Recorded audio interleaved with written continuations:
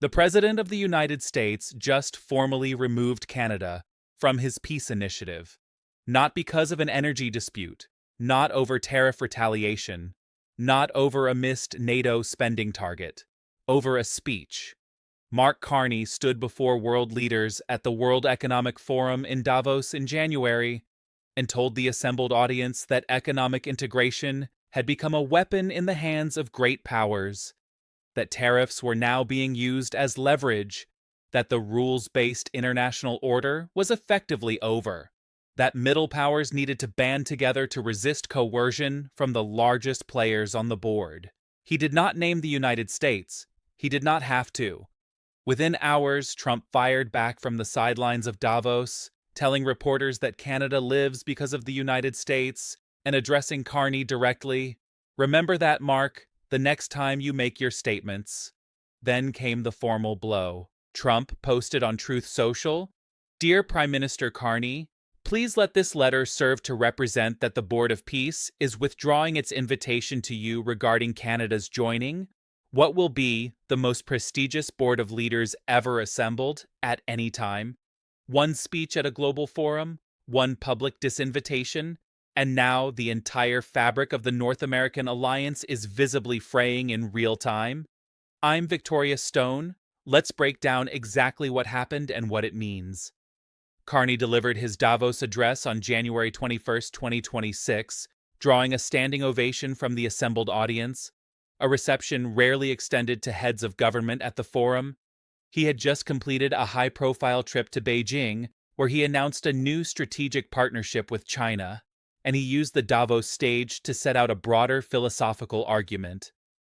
Great powers have begun using economic integration as weapons, tariffs as leverage, financial infrastructure as coercion, supply chains as vulnerabilities to be exploited, he told the forum. The speech wasn't a bilateral complaint. It was a geopolitical thesis delivered to a global audience, and it came after months of Trump calling Canada the 51st state, after tariff threats that had already rattled Canadian markets and frozen investment, after a sustained campaign of public pressure that had tested the alliance at every level. Carney's response landed like a verdict. Hours before Trump posted the disinvitation, Carney had already answered him. "Canada doesn't live because of the United States. Canada thrives because we are Canadian." Trump's formal response came the same evening. The Board of Peace withdrawal was delivered not through a press conference, not through a diplomatic note sent through the State Department, but through a social media post addressed directly to Carney by name. The symbolism was intentional. Now let's put the Board of Peace in its proper context, because the institution itself matters less than what the disinvitation reveals. The board was launched by Trump in Davos as a body intended to oversee the Gaza ceasefire he brokered between Israel and Hamas, with member nations including Argentina, Bahrain, Morocco, Pakistan, and Turkey. Key American allies, Britain, France, and Italy, had already declined the invitation to join. Canada had agreed in principle to participate, but made clear it would not pay the $1 billion fee required for permanent membership, with Finance Minister François-Philippe Champagne stating plainly that Canada is not going to pay if it were to join the Board of Peace. The body has no enforcement authority, no military command, no independent budget. Membership amounts to attending periodic meetings. Carney did not refuse a defense obligation. He did not withdraw from NORAD. He gave a speech about geopolitics at an international forum, and was formally excluded from a diplomatic initiative that most of America's closest partners had already walked away from. But the symbolism carries enormous weight. This marks the first time in the modern era that the United States has formally removed Canada from a multilateral framework as a direct consequence of a policy statement. It sets a precedent that has no real equivalent in the post-war history of the alliance. Canada opposed the Iraq War in 2003 and faced no formal sanction. France opposed it more loudly and was mocked but not punished institutionally. Disagreement was always part of the alliance. Exclusion was not. Something has changed, and Canadians have noticed. Public support for Carney's posture has climbed sharply since the relationship began deteriorating. His approval on the handling of American relations rose from 32% in January to roughly half of all Canadians by the time the Davos confrontation played out. The pattern is consistent. Each time Trump applies pressure and Carney refuses to yield, Canadian public opinion consolidates behind its prime minister rather than turning against him. That single dynamic tells you more about the state of the alliance than any trade statistic. Because the relationship being strained is among the most economically entangled on the planet, Canada sends the overwhelming majority of its exports south across the border. Hundreds of billions of dollars in goods cross annually. Energy, automotive components, steel, agricultural products, machinery. More than 2.7 million American jobs are tied directly to trade with Canada.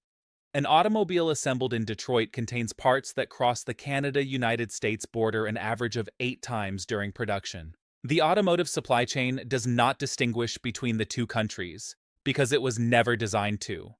This is not a relationship you redirect toward Europe because the sitting prime minister has decided he is tired of being lectured to. The infrastructure binding the two economies is physical: pipelines, rail corridors, border crossings, shared electrical grids. You cannot reroute decades of embedded supply chain architecture through a policy announcement. But Carney is not promising to accomplish it overnight. He is signaling a generational reorientation, and he is betting that Canadians will absorb near-term economic friction if the long-term payoff is structural independence from American volatility. His case is specific and grounded in recent experience. Even the threat of protectionist action, tariffs that were floated but never fully implemented, was sufficient to freeze Canadian investment, drive the Canadian dollar to multi-year lows, and cost manufacturers contracts that never came back. His position is that improving the terms of the current dependency is not a sufficient solution. The dependency itself is the vulnerability. A partner who can disrupt your economy with a 3 a.m. social media post is not functioning as a partner in any meaningful sense of the word. It is functioning as a source of leverage. And as this analysis has documented across multiple chapters, leverage held by the other party is a liability you cannot manage through better negotiation alone. The fracturing of this relationship did not begin with Carney. The NAFTA renegotiation during Trump's first term was punishing. He characterized Canadian trade practices as a disgrace, applied tariffs under national security justifications, then lifted them, then threatened them again. It felt personal rather than structural. When Biden took office, Ottawa recalibrated on the assumption that the volatility was the man, not the policy. For nearly 2 years, that assessment held. Trade reached record levels. Defense cooperation deepened. Climate policy moved in parallel. Then Trump won again in 2024, and the rhetoric escalated past anything the first term had produced. The 51st state comments were not walkbacks or jokes. They were repeated at rallies and press conferences as a consistent talking point. They were received in Canada not as Trump being theatrical, but as a president treating a G7 nation as a subordinate territory awaiting absorption. Carney built his political identity around that anger. He ran against the conciliatory posture of his predecessor. He promised Canadians he would defend their interests without softening the defense to preserve a comfortable relationship with Washington. He would not perform gratitude for insults. He won a minority government, called a snap election, and secured a majority on one of the strongest popular mandates a Canadian Prime Minister had received in more than a decade. And he used that mandate to deliver the Davos speech, the one that closed the door on the Board of Peace, the one that has now forced both governments to confront what kind of relationship they actually want going forward. So what comes next? The economic and strategic architecture makes a clean break essentially impossible from Washington's side. More than 5,000 miles of shared border. 8 international bridge crossings in the Detroit area alone carry a quarter of all bilateral trade. Hundreds of thousands of barrels of Canadian oil move south daily. NORAD is a binational command structure that cannot be reconfigured around a diplomatic falling out. Walking away from Canada is not a policy option for the United States. It is self-sabotage dressed as leverage. But Trump does not frame it that way. From his vantage point, Carney publicly declared his intention to reduce Canadian reliance on the American economy, won an election on that promise, flew to Beijing to sign agreements with Washington's primary strategic competitor, and then delivered a speech in Davos characterizing American behavior as coercive. From Trump's perspective, Carney threw the first punch, so it has become political. According to reporting from the Washington Post, there is recognition inside the administration that the relationship may have been pushed further than intended, because Carney is not responding the way previous Canadian leaders responded. He has no interest in picking up the phone to smooth things over. His advisors have made clear he will not walk back the Davos address, will not request reinstatement to the Board of Peace, and will not make the kind of conciliatory gesture that previous Ottawa governments would have offered automatically. Instead, Canada is advancing what officials describe as a structural economic security plan, a multi-year framework to redirect trade, attract investment from new partners, and reduce the proportion of the Canadian economy exposed to American policy decisions. Details remain classified, but allied governments in Brussels and London have been briefed and have reportedly taken the conversations seriously. Trump's available options are three: escalate, impose the full weight of threatened tariffs, signal withdrawal from USMCA, make a public example of Ottawa. That path destroys American supply chains at the same moment it damages Canadian ones, and broadcasts to every remaining ally that commitments from Washington are conditional on public deference. De-escalate, invite Carney to Washington, negotiate a path back to the table, restore Canada's standing in whatever multilateral initiatives remain on offer. That reads as capitulation after a very public ejection, and this administration does not accept the optics of capitulation.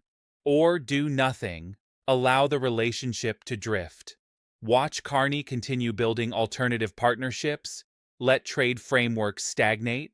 Neither side takes the step that fully breaks the relationship. That is the most probable outcome. It is also the most dangerous one. Because in a relationship this economically integrated, drift functions as rupture in slow motion. Investment decisions being made right now by manufacturers, by supply chain designers, by energy companies, by financial institutions, are not being made on the assumption that diplomatic resolution is imminent. They are being made on the assumption that the uncertainty is the new normal, and decisions made on that assumption restructure supply chains, redirect capital, and rewrite contracts in ways that accumulate and compound long before any summit photograph is taken. Here is the deeper framework that ties this to everything this series has examined. This confrontation is not about a speech. It is not about a ceremonial board with no enforcement power. It is about whether the model of alliance that anchored the Western order since 1945 can function under a president who has redefined disloyalty as a punishable offense. For 75 years, the operating logic of American alliances was consistent: align strategically, trade freely, manage disagreements through shared institutions. The system was imperfect. It had moments of severe strain, but allies could express public disagreement without facing formal exclusion. Canada disagreed with Washington on Iraq and suffered no institutional consequence. France disagreed more loudly and absorbed mockery, but not sanction. Disagreement was a feature, not a violation. Trump changed the operating logic. Public disagreement is now classified as disloyalty. Disloyalty now carries formal consequences, delivered publicly and without diplomatic cushioning. Carney delivered a policy speech about economic diversification. Trump processed it as an act of insubordination and responded accordingly. The gap between those two interpretations policy disagreement versus subordination, is the gap between an alliance and a hierarchy. Alliances absorb disagreement as a normal function. Hierarchies cannot tolerate it without losing their structure. By withdrawing Canada's Board of Peace invitation within hours of Carney's Davos address, Trump answered the question every American ally has been quietly asking since January 2025. Does Washington expect partners or subordinates? The answer, delivered through action rather than rhetoric, is subordinates. Allies who speak freely, and subordinates who speak only when permitted. This is why Carney's domestic numbers have moved the way they have. Canadians have absorbed the underlying dynamic even without translating it into formal geopolitical language. Their prime minister was penalized for saying what they believe. And backing down from that position would confirm the terms of the subordination in a way that no Canadian government can politically survive. But here is the tension this series has returned to across every chapter. Defiance, unsupported by structural capability, is performance, not strategy. Canada cannot redirect its economic dependencies in the time frame this confrontation demands. The pipelines run south. The factories are integrated with American components and American customers. The defense systems are binational. The Canadian dollar moves in the gravitational field of the American economy, regardless of what speeches are delivered in Davos. Carney can signal a generational realignment. The infrastructure of the existing dependency continues to function on its own terms. The question that deserves more attention than it is currently receiving is whether other American allies are running the same calculation from different data. South Korea has expanded trade agreements across Asia. Australia has deepened military and industrial cooperation with Japan and regional partners. Eastern European NATO members are building independent defense production rather than waiting for American industrial commitments. Each one is executing a version of the same logic. If the reliability of American partnership is now variable, build alternatives before they become necessary. Trump sought transactional alliances. What he is discovering is that transactions run in both directions. The transaction Canada just initiated, building independence in exchange for absorbing diplomatic cost, may demonstrate that the price of functioning as an American subordinate has risen above the price of absorbing the friction of asserting yourself. If Canada makes that case successfully, the model doesn't break because Canada is large enough to break it alone. Canada breaks it because it is the test case. And test cases set precedents that the larger countries watching are waiting to act on. Here is what the record shows. Trump withdrew Canada from the Board of Peace, directly following Carney's Davos speech, criticizing the use of economic power as coercion. Carney responded by saying Canada thrives, not because of the United States, but because of what Canada is. Carney secured his majority government on one of the strongest mandates in more than a decade. Ottawa is building a structural plan to reduce exposure to American policy decisions. Canadian public support for that approach is rising, not falling. Trump has three paths: escalate, de-escalate, or drift. And drift is the most likely and the most corrosive, because it allows both sides to avoid the moment of decision while the underlying architecture quietly reconfigures itself around the new reality. What we don't know yet is whether this relationship repairs itself or whether we are watching the opening stage of a permanent realignment. Whether Canada's attempt to establish operating independence demonstrates that workable alternatives exist or confirms that the gravitational pull of the American system is inescapable. One speech in Davos, one disinvitation posted on social media, and a question neither leader has answered yet. When the closest bilateral alliance in the Western world begins to fracture, does it fracture like a bone, painful, but capable of healing stronger, or like glass, which shatters along clean lines and does not heal at all? Every signal in this series points toward glass. This is the latest chapter in the US-Canada series, and it may carry the most consequence. Not because of the seat that was lost, which was ceremonial and mattered less than what it symbolized, but because of what the moment revealed about the terms under which American allies are now permitted to speak publicly. My question for you is the one I cannot answer from the data alone. Was Carney's Davos speech worth the cost? He gained public approval at home and confirmed to every other American ally that disagreeing openly with Washington now carries formal consequences. Is that a net win for Canada? Or is it a warning to the world that the system has already changed in ways the system's participants haven't fully accepted yet? Tell me in the comments. The analysis this audience brings consistently outpaces what I read from professional outlets, and this question deserves your clearest thinking. If this breakdown gave you something the headlines left out, hit the like button. That single action determines whether the algorithm surfaces this analysis or buries it. Subscribe if you haven't already, and share this, not for the views, but because this story touches every alliance America holds, and most people watching the daily headlines have no idea the underlying architecture is shifting. See you in the next one. I'm Victoria Stone. Stay informed.